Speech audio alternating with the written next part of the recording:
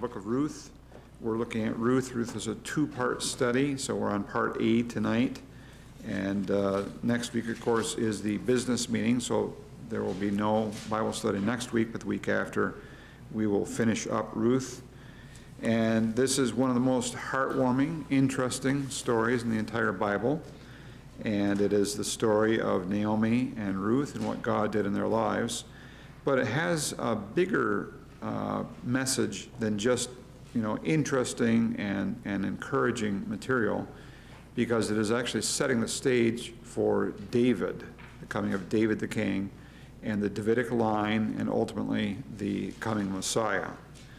So Ruth is positioned in our canon, our order of the books of the Bible, right before 1 Samuel, and right after Judges, because it occurs in the time of the Judges, and of course it's leading up to the time of David. So question number one, what was Naomi's husband's name? Elimelech. And where did Elimelech live? Bethlehem. He lived in Bethlehem. What tribe of Jews lived in the Bethlehem area? Judah. So we know that because David is from the tribe of Judah. Number two, how many sons did Elimelech and Naomi have? 2, and their names were Mahlon and Chilion. What happened that caused Elimelech to take his family to Moab? A famine. So as I was reviewing my notes today, got me thinking there's several famines in the Bible that are interesting. That might make an interesting study sometime. The history of famines and what God did with that. Remember the famine in Egypt? And before Joseph, even Abraham went down, and then Joseph's time, and then several other famines recorded in the Bible. So a famine occurred, and they went down to Moab because there was a shortage of food in the Bethlehem area. And down there in Moab, who did Mahlon and Chilion marry? Moabite women. So is this a good idea? Probably not.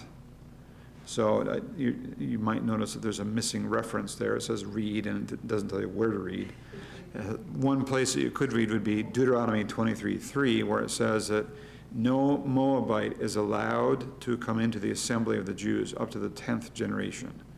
And it's because the Moabites did not come out with food and water to welcome the Jews as they were traveling to the promised land. So Moabites were really not supposed to be married by Jewish people. They were kind of off limits. Question number 3, what happened in chapter 1, verses 3 through 5? So Elimelech, Mahlon, and Chilion all died within a short period of time. And it sure does sound like a tragic time, doesn't it? Really, really rugged. She's in a foreign country. They're trying to scrape by. And now her husband, remember in those days, there's no Social Security. There's no pension program. Your husband and your sons were your pension. If you don't have children, if you don't have a husband, you are in tough shape. And so this is devastating. And so what did Naomi hear about in chapter 1, verse 6 that caused her to return to Bethlehem? God has visited his people with food. So the famine is over, and we don't know how long they were down there in Moab, but a period of time enough for them to get married. And so Naomi hears back in Judah, back in my homeland, there is now food, and so I'm going back. What did Naomi tell her daughters-in-law to do in chapter 1, 8 through 13? Go home to your own homes. Go back to your place of security. Your families will take you back in, and you'll have security. You'll be cared for and loved and so on. And so number 4, what did Orpah decide to do in 1:14? She went home. So she at first said, no, I'm going to stay with you, Mom. I'm going to be with you. But Naomi said, wait a minute, you're not thinking this through. What hope do we have? If I were to get pregnant, if I were to get married and get pregnant and have sons, would you wait for them to grow up? You're not thinking clearly, is what she says to Orpah and Ruth. Incidentally, that line of reasoning would be very, very typical in the day, but it does show a flaw in thinking. There in verse 12 and 13 of chapter 1. What do you think the flaw is in Naomi's thinking? She isn't thinking that God will provide. Yeah. She's thinking, my only security would be if I had a husband. She's pinning all her hopes on, well, I would need a man. I need a man. Well, you know, God has taken care of other widows down through the centuries, and God could and he would take care of you too. So she has a bit of a flaw in her thinking there. Number 5, Ruth 1:16 and 17 is one of the most loved passages in the Bible. What character quality does Ruth evidence in her statements to her mother-in-law? Loyalty, yeah. So I'm pretty sure by the wording that is used there, you know, listen to it in NASB in verse 16. Ruth said, "Do not urge me to leave you or turn back from following you, for where you go, I will go, and where you lodge, I will lodge. Your people shall be my people, and your God my God. Where you die, I will die, and there I will be buried. Thus may the Lord do to me, and worse, if anything but death parts you and me." Very touching, very moving.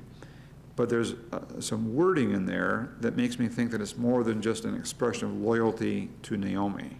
Do you see the words? She's not saying your gods because her people had other gods. Okay, She's saying good. your God. Your God. Very good. That's one piece of evidence. There's another one. Your people, my people. So she's adopting, she's saying, I want to be a Jew. I want to be with you. There's one more very strong piece in verse 17. What name does she use for God?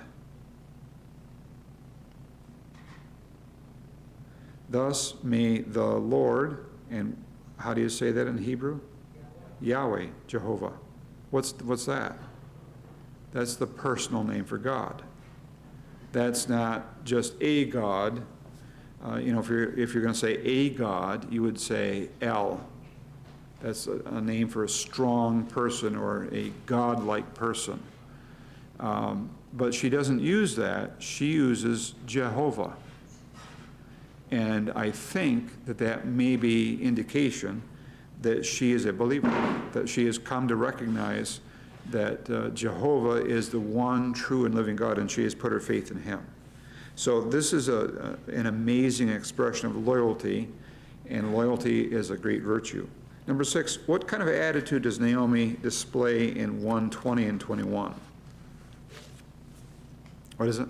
Very bitter, very negative, very pessimistic. And she says, you can't call me Naomi anymore. Naomi means pleasant. She says, so I've changed my name.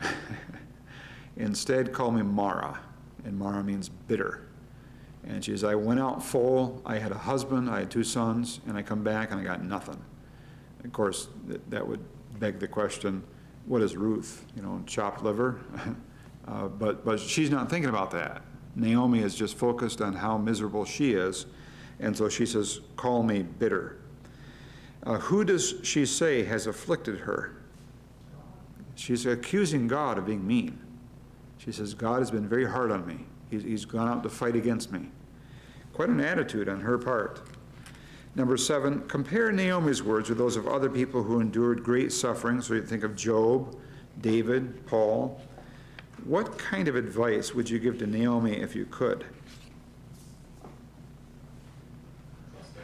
Trust in the Lord. Yeah. Believe that he's going to provide for you. What else would you do? Instead of focusing on your problems and how miserable you feel, focus on the goodness and character of God. Think about God instead of yourself and how awful you feel about things. Number 8, read Leviticus 19:9 and 10. What is the gleaning that is mentioned in Ruth 2:2? Yeah. So there was a specific law from God for the Jewish people that said that when you're harvesting grain and you have a field with a corner in it, you don't go all the way to the corner. You clip it, kind of curve, and you might even get halfway done with your field and realize, oh no, I missed a row. I missed an entire row of wheat or barley or rye or whatever.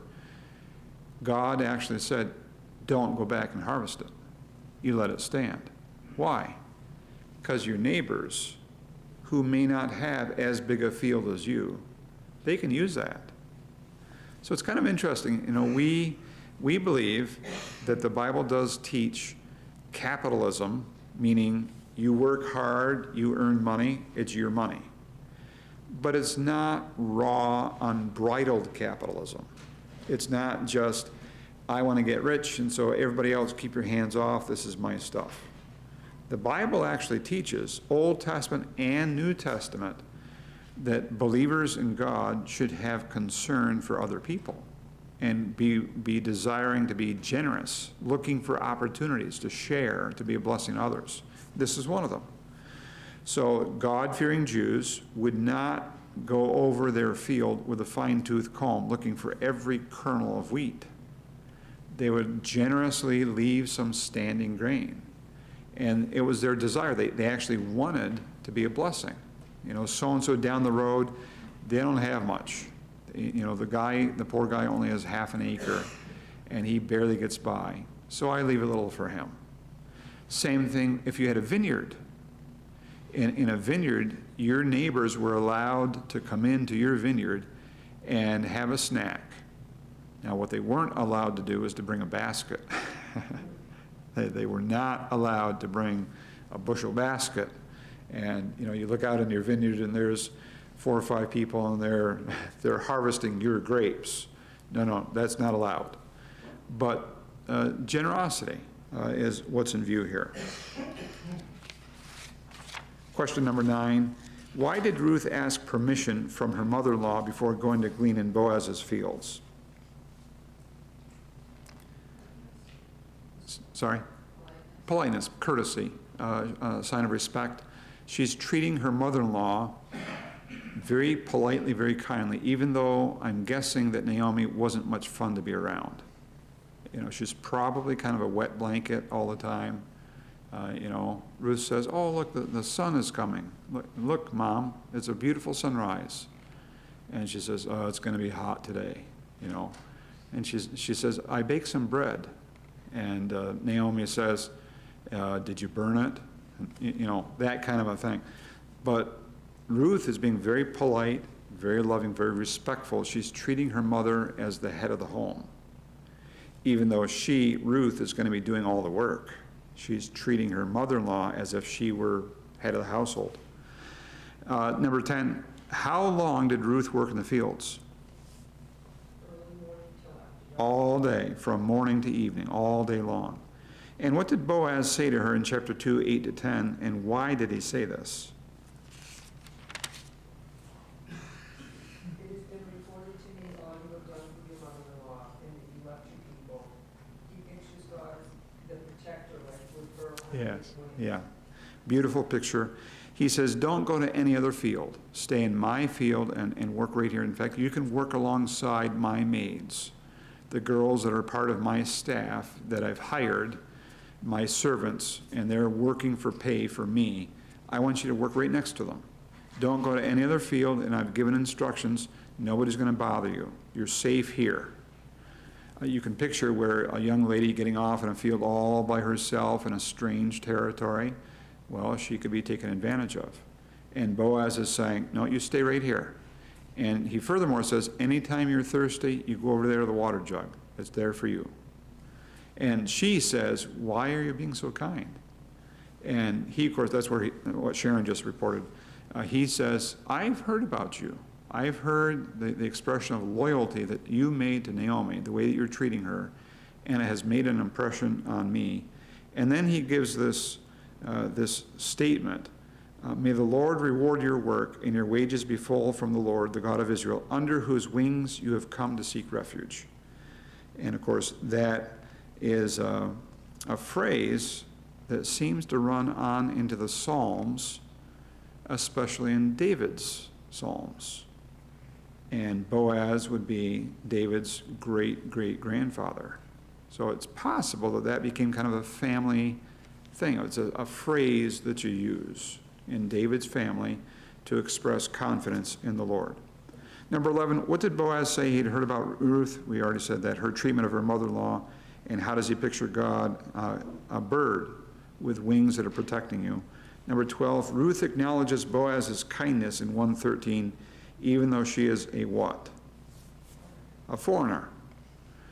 So you know that the Old Testament is largely focused on the Jewish people. They're God's chosen people. They are special. There's a covenant bond. God brought them to himself. They belong to him in a way that no other nation does. But along the way of the whole Old Testament history, there are these scenes, like this one here in Ruth, where a foreigner is shown special kindness. And it seems to be a little bit of a hint that one day the grace of God is going to go to everybody and not just the Jews. It extends to people beyond the Jewish family.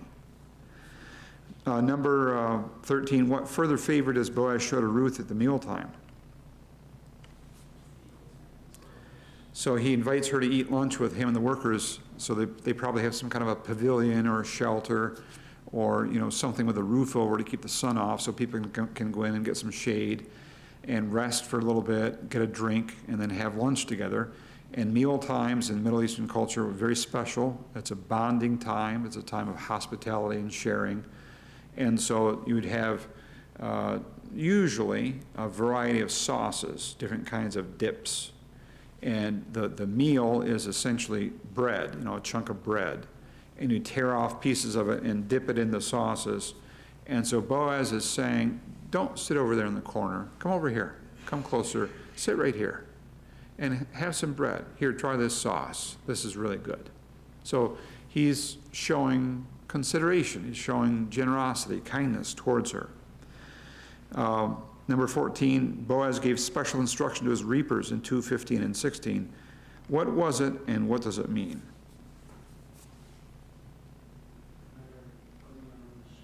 Yeah, so he says, I want you, as you're harvesting, I want you to pull some grain out of your bundles and just let them lie. Just, take it out. And they probably thought that was really weird. Because, the owner of a field, he wants the crops. And he's going to process this grain, and then he's going to sell it, and that's what he lives on. That's what he's going to live off of for some time. So why is he saying leave some of it lie? Well, it's for Ruth. And he tells his harvesters, I want you to do this for me. That girl, I want you to leave extra. Leave more than you usually would. And so that's what they're going to do. What does it mean that Ruth beat out what she had gleaned?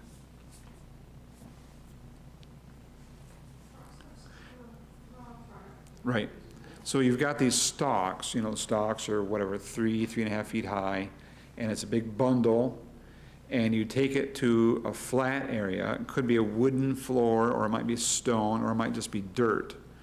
Usually it's a little bit elevated, it's just a little higher than the surrounding territory because you'd like to have a breeze. You have to have a little wind blowing. And then you use a threshing fork or a threshing flail. It could be a stick with a leather thong or maybe even a piece of chain on it. And what you're going to do is you're going to beat the straw, the wheat or the rye, whatever it is. You're trying to break it up. You're trying to beat the grain off of the stalks. And then you're going to use a winnowing fork. And this is kind of like a hay fork, wide tines. And you get a bundle of it, and you toss it up in the air. And again, you want a little bit of a breeze. The breeze blows the straw away. The heavier kernels fall back to the ground. That's what you're going to gather up. You're going to collect all that, because that's going to be bread. So at the end of the day, imagine she'd been working all day, morning to evening, and then she processes the grain because she wants to bake bread. But you can't bake it when it's, a bale of hay. So she's taken the raw grain home, and she got an ephah. How much is an ephah? I came up with 6/10 of a bushel. Now, think about it for a minute. That is fully processed grain. That's not just, you know, the bundles. That's actual wheat that you can now, it's got to be processed a little bit more. You've got to grind it before you can bake it. But that's a lot of wheat for one day's labor. That's an unusual amount. So when she got home, question number 16, what was Naomi's reaction when she saw how much Ruth had brought home? Then she was praising the Lord. Blessed be the Lord who has not forsaken his kindness to the living and to the dead. Yeah. She says, whose field were you in? You know, and she's thinking, this is either a really lousy farmer or this is one amazing, generous person. And that, of course, she knows, you know, as soon as Ruth tells her, she knows what's going on. But she is beginning to see the hand of God. She's beginning to turn the corner a little bit. So, number 17, in the background of Naomi's words to Ruth in 2:20, the man is our relative, he is one of our closest relatives, is the law of God that gives near relatives the responsibility of taking care of a widow and of passing on the family name and inheritance. Out of Deuteronomy 25, there's rules about this. The specific name for it is levirate marriage. So a man can marry his brother's widow or a relative's widow, and he would be able to pass on his brother's name to the firstborn of that union. And so this is, this is a law that God has implemented for the people of Israel. And acquiring the land and property of Elimelech as a relative of Elimelech would mean that the man would also have to marry Ruth, and his first son would be named after Elimelech or Chilion. What advice does Naomi give to Ruth in 2:22? Stay in Boaz's field. Don't mess with a good thing. And she seems to be beginning to sense that God is doing something. God is working on something here. And so she says, don't go to any other field. Stay right there in Boaz's field. And she does say this man is a near relative. And of course, this is kind of a dramatic foreshadowing of what's going to happen in the rest of the book. So what are some of the most notable characteristics in Ruth chapters 1 and 2 of Naomi? What would you say are the most notable characteristics about Naomi in these two chapters? She's not a pleasant person. She does not handle problems or adversity too well. She gets her nose bent, gets upset. We have to be careful because, do we handle adversity well? Well, not always. But Naomi tends towards bitterness, negativity. How about Ruth? What characteristics of Ruth do you see in the first two chapters? Loving, kind, yep, respectful, all of those. So she is a gem of a woman. And how about Boaz? Kind, gentle, sensitive, very, very generous. Yeah? Yeah. Amen. So we're learning something about great-great-grandparents of King David. Any other comments or questions? Take your prayer bulletins, please.